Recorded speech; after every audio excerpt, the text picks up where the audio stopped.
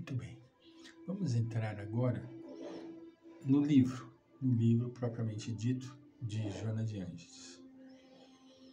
Ela nos diz assim: a palavra escândalo significa todo e qualquer ato que atenta contra os bons costumes, as ações que desrespeitam as leis estabelecidas e os comportamentos que ferem os padrões da ética. Isso quer dizer escândalo. Pode-se dizer que é uma violência contra o equilíbrio que deve viger no grupo social, em que os direitos e deveres de cada cidadão são respeitados e lhe definem o caráter moral.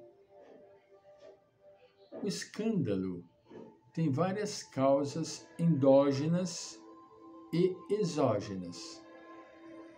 As primeiras decorrem do passado espiritual de cada qual, que resultam do desequilíbrio em forma de agressividade e poder investidos contra os demais, dando lugar a situações deploráveis. Isso são as endógenas.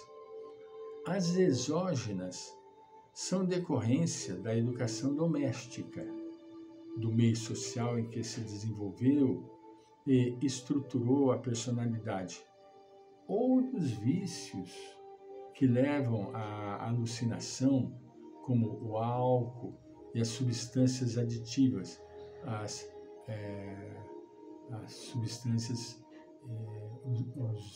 os aditivos, não é?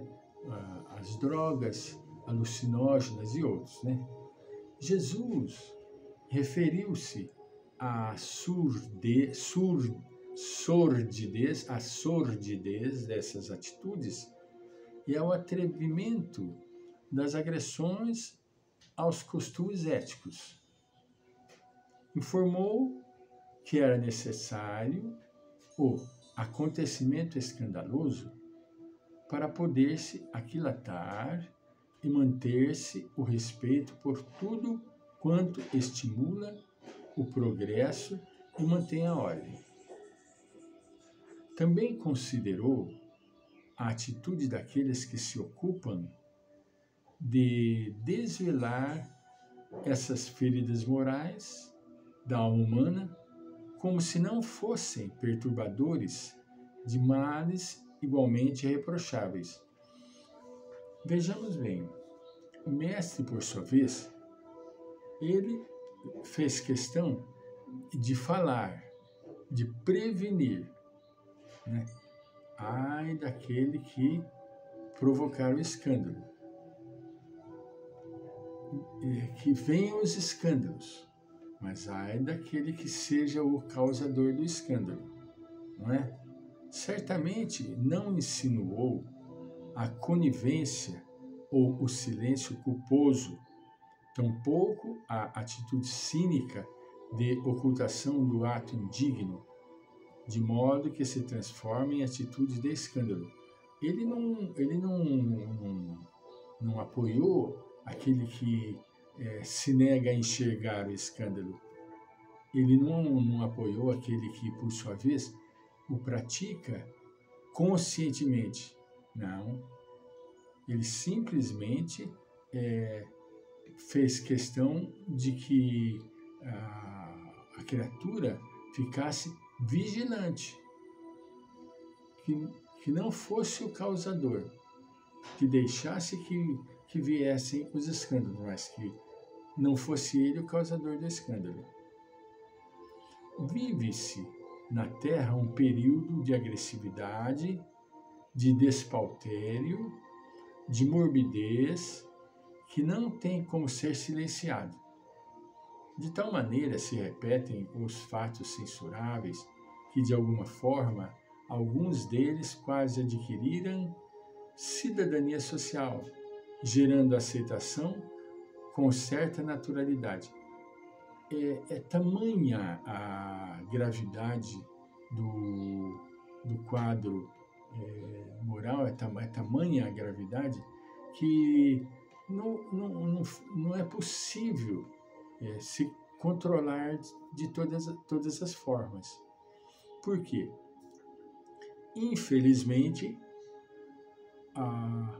o desajuste, o desequilíbrio, vem de cima para baixo. Entende? Vem de cima para baixo. Então fica difícil querer prender, sancionar leis atingindo criaturas que não obedecem, que não cedem, não é? Imaginemos nós o dono de uma grande empresa sendo o principal ladrão da empresa. É difícil, né? O dono da grande empresa tem que ser a criatura que dá exemplo. Imaginemos nós, Jesus, se tornasse um grande pecador, um grande propagador de escândalo, a sua obra, a sua boa nova, seria total e completamente comprometida. Então, é importante que a gente entenda que neste momento no planeta Terra, nós estamos vivendo um período de agressividade, de despautério, de morbidez, que não tem como ser silenciado. Não tem jeito.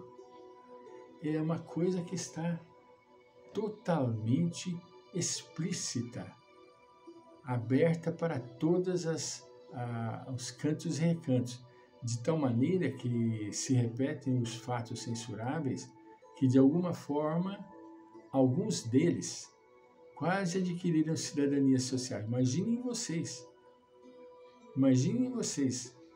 entende?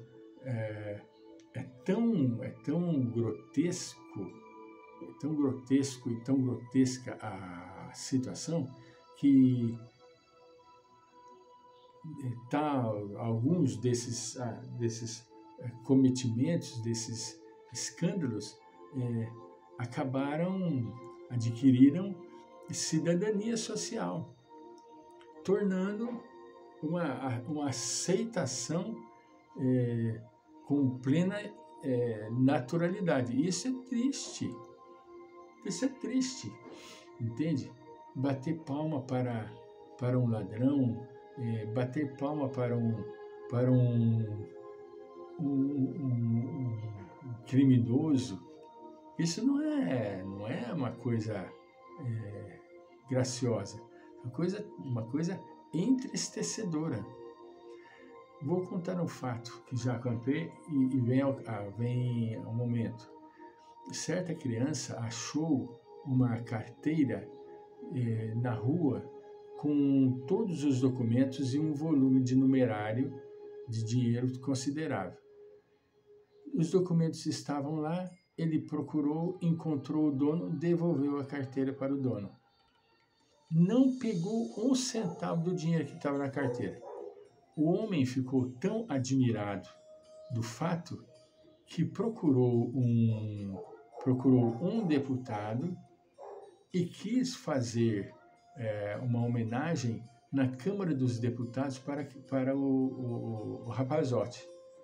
Esse rapazote, por sua vez, se negou a ir. O homem falou: mas por que você se nega a ir a receber essa homenagem? Não, eu fui educado para que se acontecesse uma coisa dessa natureza com alguém e eu fosse o testemunho, como no caso, eu devolvesse por ser uma coisa dentro da lei, por ser uma coisa correta. Eu não fiz nada mais do que a minha obrigação.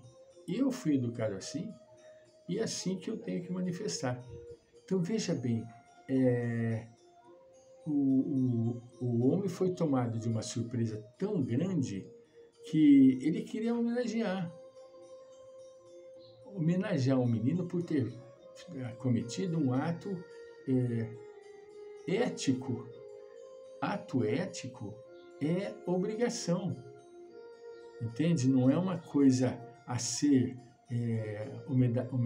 homenageada. Não, nós não devemos perder os princípios éticos da nossa vida. E se pudermos, nós temos sim aqui propagá-los. Entende? Propagá-los. Na linguagem, as palavras chulas tornaram-se comuns e expressam vulgaridades que se permite às pessoas que se deveriam comportar corretamente. Isso é interessante. Eu tenho observado que essas palavras têm aparecido até em filmes que me surpreenderam. Determinadas palavras que nós guardávamos, né? Nós não expressávamos, não tinha coragem de expressar, por ser palavras chulas, ser palavras que não devem ser usadas comumente, mas nos filmes que a gente assiste, essas palavras se tornaram comuns, sendo expressas com tal vulgaridade que se permitem às pessoas que se deveriam comportar corretamente. Como se fosse uma coisa natural. Voltaremos.